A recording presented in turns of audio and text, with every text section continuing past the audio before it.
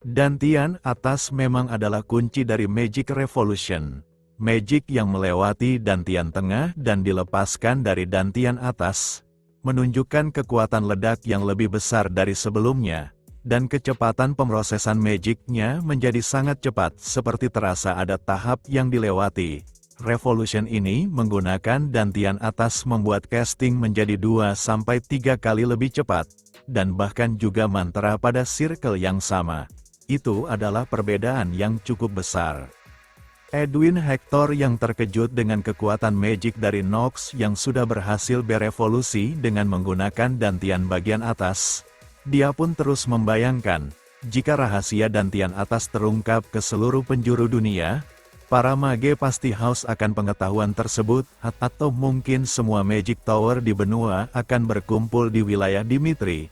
Dan pada saat memikirkan hal itu, Roman yang berkata kalau apa yang sudah ditunjukkan oleh Nox, dirinya tidak punya alasan untuk informasi soal dantian bagian atas dengan Hector, dan memang pahit dengan kebenaran yang dikatakan oleh Roman Dimitri, serta tidak ada lagi pembenaran untuk membujuk lebih lanjut. Ketika Edwin Hector sudah untuk menyerah, tak diduga Roman berkata kepadanya kalau ada satu hal pengecualian. Jika kerajaan Hector mau bersumpah setia dengan Lord Vassal Oth, pihak Dimitri tidak hanya akan membagikan informasi tersebut, tapi Dimitri juga akan bertanggung jawab untuk kelangsungan masa depan kerajaan Hector. Di saat Edwin Hector sedang merenungkan apa yang dikatakan oleh Roman Dimitri sekaligus mempertanyakan apa yang dimaksud dengan Lord Vassal Oth itu, di sisi Roman, dia yang melihat ke arah Edwin pun berkata dalam hatinya, kalau dari awal Edwin Hector memang bakat yang menarik, dengan penilaiannya yang tajam, serta kemampuannya sebagai war mage yang menggunakan magic, sebagai komandan yang memimpin di baris depan, ini adalah hal yang sangat berharga, daripada mengambil kendali atas segalanya seorang diri seperti orang yang begitu arogan. Ketika masanya tiba, menerima orang-orang yang layak adalah cara yang tepat untuk membentuk masa depan yang benar. Di sisi Edwin Hector, dia yang sedang merenungkan apa yang ditawarkan oleh Roman Dimitri. Dia pun teringat dengan perjalanan hidupnya sebagai pangeran dari kerajaan Hector, kalau di masa kecilnya, tak ada satu hari pun yang namanya hari untuk bersantai-santai, karena semenjak kecil sampai menerima julukan Star of Hector, Edwin Hector telah mengalami banyak hal untuk melindungi negara kecilnya itu. Dia, yang berharap kalau di akhir kenyataan yang kejam tersebut Hector akan menemukan kedamaian. Dengan apa yang ditawarkan oleh Roman Dimitri, dia beranggapan, kalau tidak lama lagi, hal tersebut akan menjadi arti dari keberadaannya berada di dunia tersebut. Dan kemudian, Edwin Hector pun berkata kepada Roman, jika Roman menjanjikan masa depan bagi negaranya, sambil bersujud, Edwin Hector berkata kalau dia akan dengan senang hati menyerahkan nyawanya demi Roman Dimitri, dan pada hari itu, akhirnya Dimitri mendapatkan kerajaan Hector, atau bisa dibilang kalau Dimitri telah mendapatkan pria yang bernama Edwin Hector. Di malam harinya, tamu ketiga pun akhirnya datang tanpa pemberitahuan. Dan di waktu pertemuan tersebut, tamu ketiga yang diketahui kalau dia adalah Marquis Valentino, dia yang merasa dikecewakan oleh Roman Dimitri pun berkata kepada Roman, kalau dia benar-benar sudah keterlaluan. Karena, Marquis Valentino yang sudah berusaha sebaik mungkin menahan agar tak terlihat seperti orang bodoh. Dia merasa dipermainkan oleh Roman yang pernah menjanjikannya untuk membuatkan pedang baru bagi dirinya. Meski dirinya tak mau terlihat menyedihkan dan menunggu sampai Roman bicara terlebih dahulu. Tapi karena obsesinya terhadap pedang yang dibuat oleh Roman Dimitri, dia berkata kalau dia tidak bisa tidur dengan nyenyak. Dan di sisi Roman, setelah mendengar apa keluhan yang dikatakan oleh Marquis Valentino pun berkata kepadanya, kalau dia akan membuat pedangnya ketika situasi di wilayah Dimitri sudah tenang. Dengan Roman yang sudah merencanakan untuk menempa pedang tersebut dan ingin mencoba memodif satu bagian yang sudah ia pikirkan, Roman pun meminta Marquis Valentino untuk menunggu sekitar 1 bulan lagi. Dan hal tersebut pun membuat Marquis Valentino senang kegirangan. Di keesokan harinya, Roman pun mendapatkan 1 juta gold dari Golden Bank atas kompensasi dari nyawa Hoffman di beberapa waktu yang lalu. Meski sebenarnya Roman merasa ragu kalau Hoffman tidak akan menepati janjinya itu. Tapi jika itu terjadi, pihak mereka yang membuat janji sesuai yang telah ditandatangani, semua janji yang mereka berikan tidak akan berarti sama sekali. Dan karena semuanya sudah teratasi, Roman berkata kalau waktu gilirannya bertindak akhirnya sudah saatnya. Hari-hari pun berjalan seperti biasanya. Di tempat pelatihan, Chris yang memimpin pelatihan tersebut seperti biasa membimbing para prajurit pribadi Roman untuk berlatih. Dan di tempat Roman berada, Roman yang terlihat sedang berjalan ke tempat workshop pun berkata kepada Hans, kalau mungkin dirinya tidak akan keluar dari workshop selama 1 bulan. Dan kalau bukan masalah yang benar-benar genting, Roman menyuruh Hans untuk mengurusnya sendiri. Lalu, setelah sampai di tempat workshop, sambil membuka bajunya itu, Roman berkata dalam hatinya dengan mengatakan, membuat pedang adalah identitas yang aku ulangi sampai aku mati. Kegiatan ini menunjukkan seberapa jauh levelku telah naik, dan merefleksikan apa yang sedang aku kejar saat ini. Kekuatan yang aku dapatkan pada kehidupan ini. Jika aku menempa pedang dengan api Fire Demon, akan jadi seperti apakah jadinya pedang buatanku ini.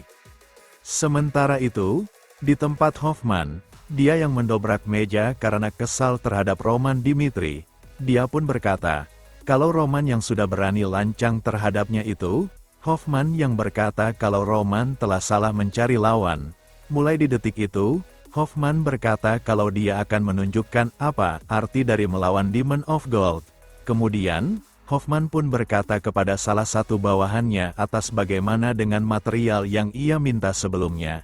Dan bawahannya itu berkata, kalau perusahaan utama yang memperdagangkan besi dengan Dimitri ada 4 sesuai investigasi yang sudah ia selidiki. Dan keempat orang tersebut yang pertama adalah Valentino dari Kerajaan Kairo, Zenith dari Kekaisaran Kronos, Muriel dari Kekaisaran Valhalla dan terakhir Vincent dari Aliansi Kerajaan. Bawahannya itu berkata, kalau para pihak yang mengendalikan perdagangan di setiap negeri, mendistribusikan 70% besi dari Dimitri. Namun semenjak terjadinya perang, Kekaisaran Kronos dan Zenith telah terputus dengan perdagangan tersebut, dan dengan apa yang sudah ia dengar. Hoffman yang berpikir kalau pelanggan Dimitri satu persatu sudah mulai tak bekerja sama dengannya. Dia pun mencoba untuk memonopoli sisanya agar Dimitri bisa meminta maaf terhadapnya itu. Dan kemudian, Hoffman pun berkata kepada bawahannya, kalau target pertama dari rencananya itu adalah Valentino, dan menyuruh bawahannya untuk memesan uap yang terhubung langsung ke wilayah Kairo dengan secepat mungkin. Diketahui, rencana pembalasannya itu bukan dari Kekaisaran Kronos ataupun dari Valhalla, melainkan dari pengkhianatan orang kepercayaan Roman Dimitri. Dan tepat di malam harinya, tepat di mansion Valentino, Hoffman yang datang pun disambut oleh Markis Valentino secara langsung. Namun tak disangka, kalau di tempat tersebut sudah ada Count Fabius yang dikenal sebagai si rubah dari Dimitri, sekaligus bawahan setia dari Roman Dimitri. Dan di waktu itu, Markis Valentino berkata kepada Hoffman, kalau dia mengajak Count Fabius untuk memperkenalkan kepadanya serta mengajak dia dalam perbincangan tersebut. Dan jika Hoffman tidak berkenan dengan hal tersebut, Markis Valentino berkata kalau dia akan meminta Count Fabius untuk pergi terlebih dahulu. Namun, Hoffman tidak mempermasalahkan hal itu dan akhirnya Markis Valentino pun mengajak mereka ke sebuah tempat untuk berbincang-bincang. Setelah mereka sampai di ruangan yang sudah disiapkan, Hoffman pun tanpa basa-basi kalau dia datang ke tempat tersebut untuk membicarakan masalahnya terkait dengan Roman Dimitri, dengan dia yang memiliki masalah dengan Roman Dimitri. Meski perang emosional adalah hal wajar pada pekerjaannya tersebut, tapi karena Roman telah mengancamnya dan menggunakan nyawanya sebagai jaminannya, Hoffman berkata kepada Markis Valentino, kalau Golden Bank dan Kerajaan Dimitri sudah menjadi musuh, dan karena tak mau menghabiskan waktu lebih lama dalam melakukan pembalasan dendam, dengan melihat hubungan antara mereka yang sudah dekat, Hoffman meminta Marquis Valentino untuk mencabut semua kesepakatan yang telah terjalin dengan wilayah Dimitri, dan jika Marquis Valentino bersedia dengan apa yang dimintanya, Hoffman berkata kalau dia akan menghapuskan semua bunga dari uang yang Marquis Valentino pinjam selama 10 tahun ke depan.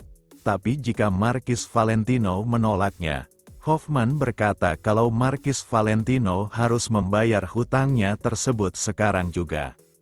Di sisi Marquis Valentino, tanpa berpikir panjang, dia dengan tegas berkata kalau dia tidak bisa mengkhianati Dimitri. Kemudian berkata, kalau dia akan membayar hutang pada Golden Bank secepat mungkin. Dan di sisi kawan Fabius, dia yang mendengar percakapan mereka pun dengan santainya hanya menikmati hidangan teh yang sudah disajikan. Berbeda terbalik dengan yang dirasakan oleh Hoffman, dia yang mulai terpancing dan mengeluarkan nada yang tinggi. Hoffman berkata kepada Marquis Valentino, kalau jika Marquis Valentino menolak tawarannya, bukan hanya wilayah Dimitri, tapi wilayah Valentino juga akan hancur dikarenakan jawabannya tersebut. Namun, Marquis Valentino yang ikut terpancing pun dengan marah berkata kepada Hoffman untuk sebaiknya dia meninggalkan kediamannya itu, karena kalau Roman Dimitri menandainya dan dirinya tidak bisa membeli pedang buatannya itu, Marquis Valentino berkata kepada Hoffman, apakah dirinya mau bertanggung jawab atas hal tersebut? Dan karena Hoffman begitu keras kepala membujuknya untuk mengkhianati Roman Dimitri, Marquis Valentino yang marah pun akhirnya mengusir Hoffman dari kediamannya itu. Next, kita lanjut di part selanjutnya. Terima kasih.